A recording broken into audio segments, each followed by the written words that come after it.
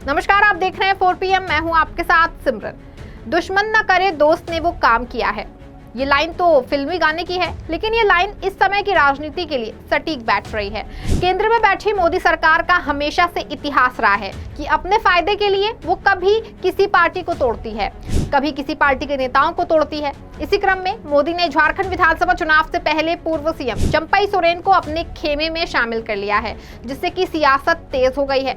मोदी के द्वारा चंपई सोरेन को अपने खेमे में शामिल करने से क्या फायदा मिलता है, ये तो आने वाले समय में पता चल जाएगा। वहीं बीते कुछ सालों में हुए विधानसभा चुनावों पर नजर डालेंगे तो बीजेपी का एक पैटर्न नजर आएगा। विधानसभा चुनावों से पहले बीजेपी अपना मुख्यमंत्री बदल देती है या विपक्षी दलों के नामी नेताओं को पार्टी से जोड़ देती है। आपको बता दें कि बीजेपी ऐसा पहली बार नहीं कर रही है, ऐसा पहले करती रहती आई है। वहीं इससे पहले के विधानसभा चुनाव से पहले हरियाणा में मनोहर लाल खट्टर की जगह नायब सिंह सैनी, गुजरात में विजय रूपाणी की जगह भूपेंद्र पटेल, कर्नाटक में येदियुरप्पा की जगह बसवराज बोम्मई, उत्तराखंड में तीरथ सिंह रावत की जगह पुष्कर सिंह धामी, त्रिपुरा में विप्लव कुमार देव की जगह माणिक साहा को सीएम बनाया गया। ठीक इसी तरह बंगाल में शुभेंदु अधिकारी, महाराष्ट्र में अशोक चौहान, पंजाब में सुनील जाखड़ और कैप्टन अमरिंदर सिंह, मध्य प्रदेश में ज्योतिरादित्य सिंधिया, असम में हेमंत बिस्वा शर्मा। ऐसे कई नाम हैं जो बीजेपी में अब तब शामिल किए गए जब चुनावी मौसम था। वहीं कहा जाता है कि बीजेपी ऐसा करके सत्ता विरोधी लहर से बचने की कोशिश करती है और नए नेतृत्व की संभावनाओं की चर्चाओं को विस्तार दे देती है।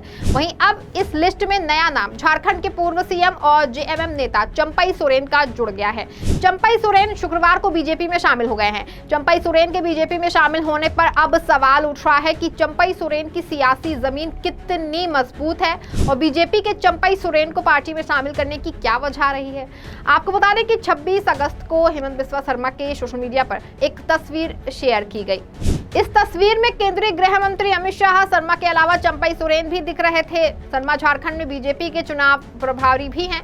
शर्मा खुद भी 2015 में असम चुनाव से पहले कांग्रेस से बीजेपी में आए थे। अब शर्मा ही झारखंड चुनाव से पहले चंपई सोरेन को बीजेपी से जोड़ने में अहम भूमिका में थे।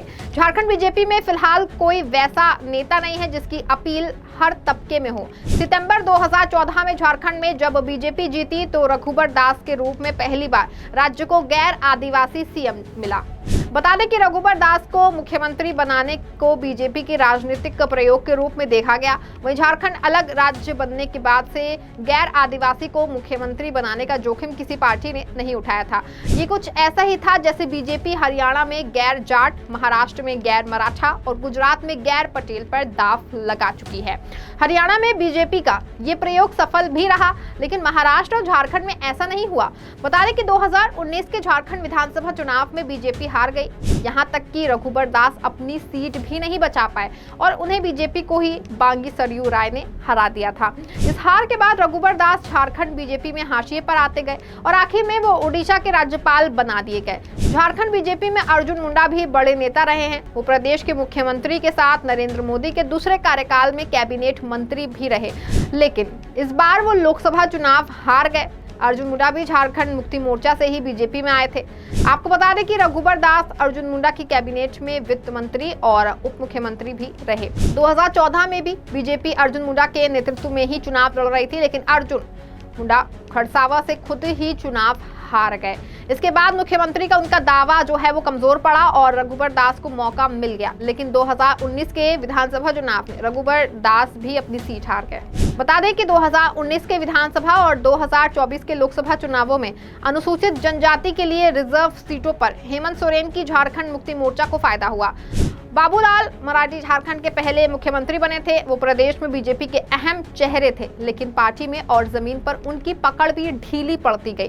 बाबूलाल ने बीजेपी छोड़कर झारखंड विकास मोर्चा नाम से नई पार्टी बनाई थी, लेकिन 2019 के झारखंड चुनाव के बाद बीजेपी ने बाबूलाल की वापसी कराई। अब बाबूलाल झारखंड में बीजेपी के प्रदेश अध्यक्ष हैं।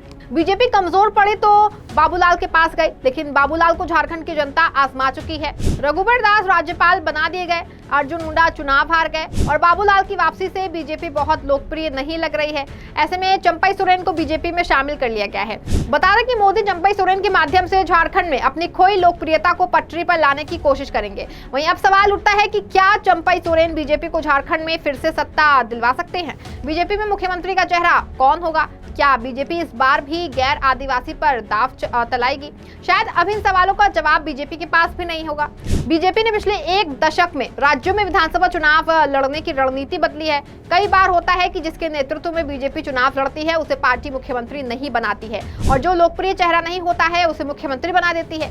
मिसाल के तौर पर मध्य प्रदेश, छत्तीसगढ़, राजस्थान में जिन चेहरों को सीएम बनाया गया उनके नाम की चर्चा कहीं नहीं थी। वहीं अब सवाल ये है कि चंपई सोरेन की सियासी जमीन क्या वाकई इतनी मजबूत है कि बीजेपी अतीत में हुए नुकसान की भरपाई कर पाएगी?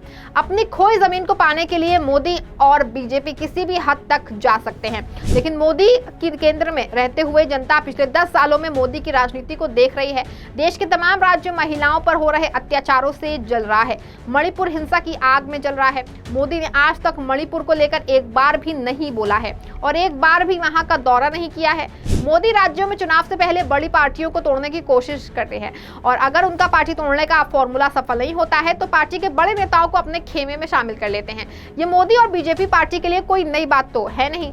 आपको बता दें कि झारखंड में विधानसभा की 81 और लोकसभा की 14 सीटें हैं। 2019 के विधानसभा चुनावों में जेएमएम गठबंधन 47 सीटें जीतने में सफल रहा था और बीजेपी को चुनाव में महज 25 सीटें मिली थी। जानकारी के अनुसार झारखंड में आदिवासी आबादी करीब 26% है। 2024 के लोकसभा चुनाव में बीजेपी आदिवासियों के लिए आरक्षित 5 सीटों पर हार गई थी।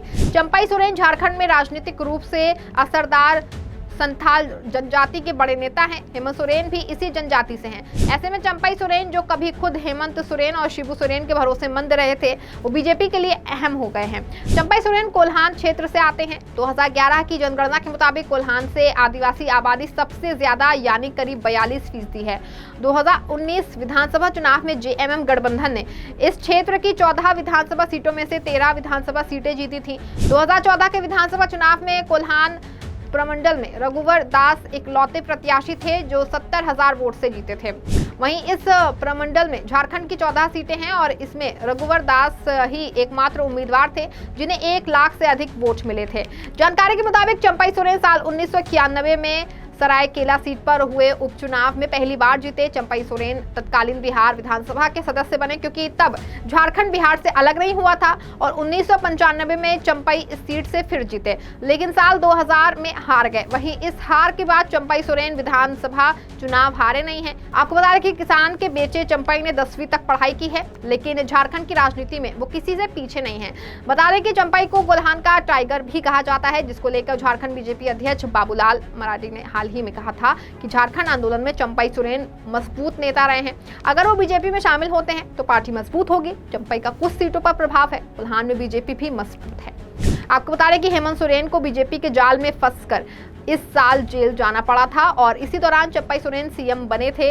वहीं अब हेमंत सोरेन बाहर हैं और फिर से सीएम बन गए हैं, जिसके बाद विरोधी दल हेमंत सोरेन को जेल भेजे जाने को आदिवासी अस्मिता से जोड़कर मुद्दा बना रहे हैं। वहीं जनता के बीच ऐसा माहौल बनाने की कोशिश की जा रही है कि हेमंत सोरेन आदिवासी थे, इस कारण बीजेपी ने जेल भेज दिया। लेकिन जानकारों का कहना है कि हेमंत सोरेन के मामले में जनता की सहानुभूति जेएमएम के साथ हो सकती है। हालांकि लोकसभा चुनाव के नतीजे कुछ और गवाही देते हैं। वहीं झारखंड बीजेपी 8 सीटें जीतकर सबसे बड़ी पार्टी बनी है। जेएमएम 3, कांग्रेस 2 और एजेएसयूपी 1 सीट जीत सकती है। आपको बता दें कि बीजेपी का वोट फीसदी करीब 44% रहा, वहीं कांग्रेस का वोट फीसदी 19 और जेएमएम का 14% रहा था। वहीं अब देखना होगा कि झारखंड के विधानसभा चुनाव में बीजेपी की तोड़ने की नीति कितना कारगर जो है वो साबित होती है। ये तो खैर आने वाले वक्त में पता चल जाएगा। इस खबर में फिलहाल बस इतना ही। ऐसी तमाम राजनीतिक खबरों के लिए बने रहें और जुड़े रहें 4PM के साथ। धन्यवाद।